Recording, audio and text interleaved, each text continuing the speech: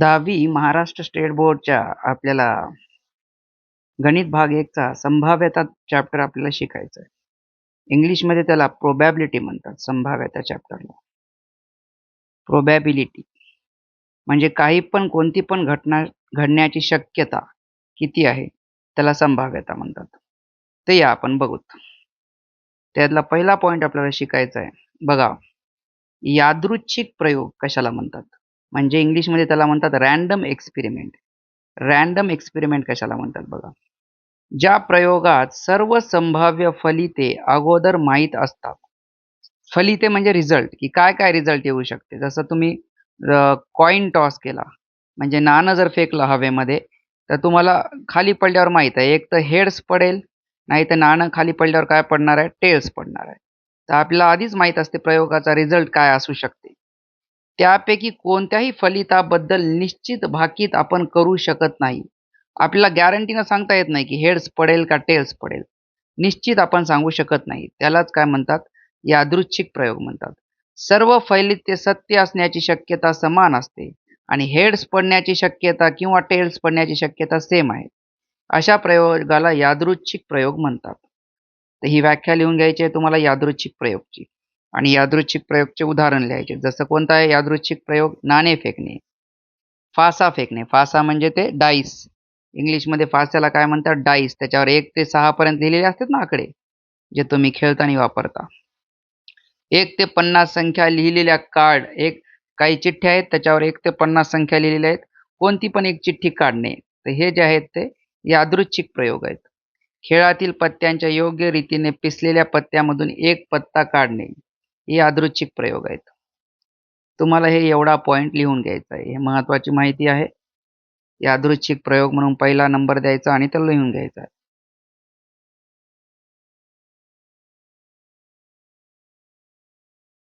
चला आपण पुढे जाऊ.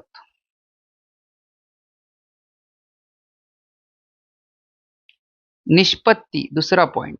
हे दुसरा पॉइंट पण लिहून घ्यायचा तुम्हाला. निष्पत्ती म्हणजे आउटकम कशाला म्हणतात? रिझल्ट आलेल्याला.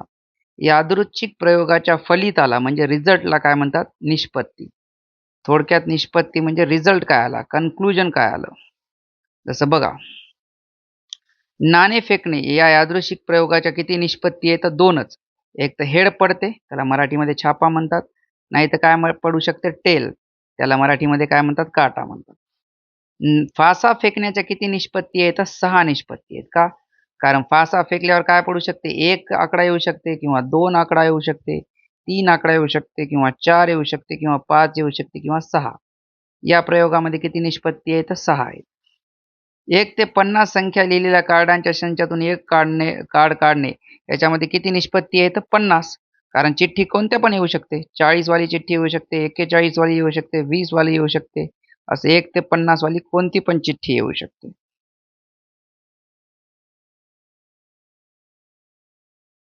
आणि चौथा प्रयोग कोणता होता? योग्य रीतीने पिसलेल्या म्हणजे शफल करणे. इंग्लिशमध्ये त्याला म्हणतात शफल. ते पत्ते पिसतात ना, ते एक पत्ता काढायचा आहे. पूर्ण पत्ते पिसायचे. एका डेकमध्ये किती पत्ते असतात? 52. एकूण पत्ते किती असतात? 52. त्याच्यापैकी 26 पत्ते कसे असतात? लाल आणि 26 पत्ते कसे असतात? काळे. लालमध्ये काय असतात? तर 13 पत्ते बदामवाले असतात या आकाराचे आणि 13 पत्ते कोणते असतात? चौकटवाले असतात. आणि काळ्यामध्ये 13 पत्ते कोणते असतात? किल आणि 13 कोणते असतात? इस्पिक.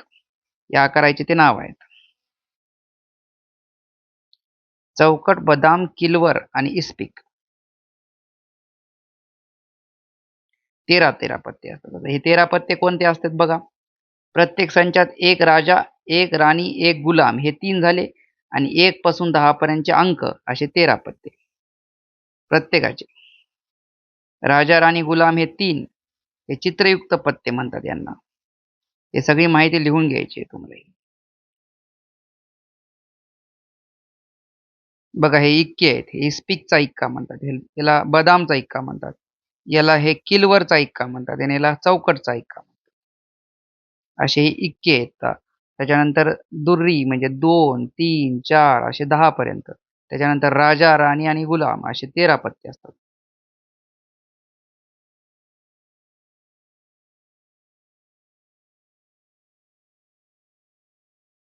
चित्रयुक्त पत्ते किती होतात मग 12. कसं काय? कारण 4 राजा असतात. 4 डिझाईनचे 4 राजा, 4 राणी, 4 आणि 4 8 झाले आणि 4 गुलाम झाले. तर 12. टोटल 12 पत्ते चित्रयुक्त असतात. हे पण तुम्हाला लिहून घ्यायचं सगळं. हे हे पूर्ण एवढं. हे एवढं लिहून घ्यायचं.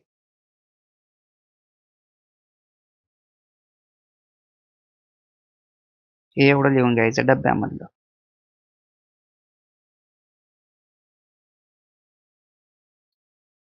चला पुढे बघू. तिसरा पॉइंट. हे पण लिहून घ्यायचं तुम्हाला. संभाव्य निष्पत्ती म्हणजे काय? Equally likely outcomes. आउटकम्स म्हणतात. निष्पत्तीला म्हणजे रिझल्ट. जर आपण एक फासा फेकला तर फाशाच्या वरच्या पृष्ठभागावर काय-काय येऊ शकते?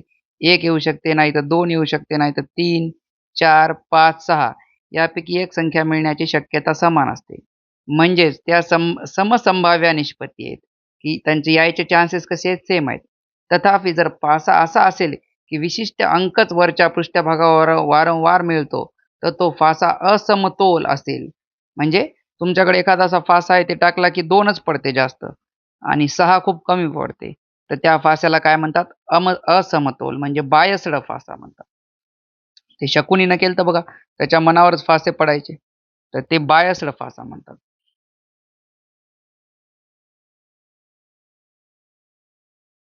हे लिहून घ्यायचं इथपर्यंत.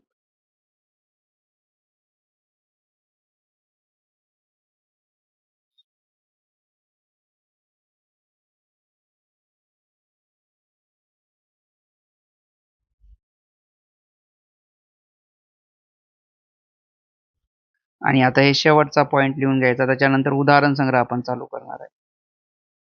बघा, दिलेल्या निष्पत्तीपैकी कोणतीही निष्पत्ती प्राधान्यक्रमाने मिळत नसेल, म्हणजे कोणालाच प्राधान्य नाही, कोणालाच प्रायोरिटी नाही, की 1 नंबरच जास्त पडणार किंवा हेडच जास्त पडणार असं नाही. किंवा सर्व निष्पत्तीची समान शक्यता असेल, तर त्या समसंभाव्य निष्पत्ती असे म्हणतात. जर आपण एक नाणे फेकले, तर छापा किंवा काटा मिळण्याची संभाव्यता किती असते? समसंभाव्यता असते. म्हणजे हेडही पडू शकते किंवा टेलही पडू शकते. असं नाही, की तुम्ही 10-10 बंदा फेकला, तर 9 वेळेस तुम्हाला काय भेटायले? हेडच भेटायले आणि एकच वेळेस टेल भेटायले. असं होत नाही. याला समसंभाव्यता म्हणत नाहीत. तसेच 1 ते 6 संख्या विविध पृष्ठावर असणारा फासा फेकला, तर त्यातील कोणताही अंक हा वरच्या पृष्ठावर येण्याची शक्यता तपासा. म्हणजे ती समानच असते. म्हणजे तुम्ही 60 वेळेस जर फासा फेकला, 60 वेळेस, तर 10 वेळेस आकडा कोणता यावं? वर 1, 10 वेळेस आकडा कोणता यावं? 2, 10 वेळेस कोणता यावं? 3. तर प्रत्येक असं 10 वेळेस यावं. 10च्या आसपास. म्हणजे असं नाही की 10च येते. कधी 9, 11, 12 पण 60 वेळेस फेकला आणि एकदाही 1 पडून झालंय, असं होत नाही. हे इंट्रोडक्शन वाला व्हिडिओ होता. हा व्हिडिओ इथं संपवतोय. इथपर्यंत लिहून घ्यायचं मी सांगितलं तेवढं. त्याच्या पुढच्या व्हिडिओमध्ये आपण सराव संच 5.1 चे कंप्लीट गणिताचे उत्तरं पाहणार आहोत.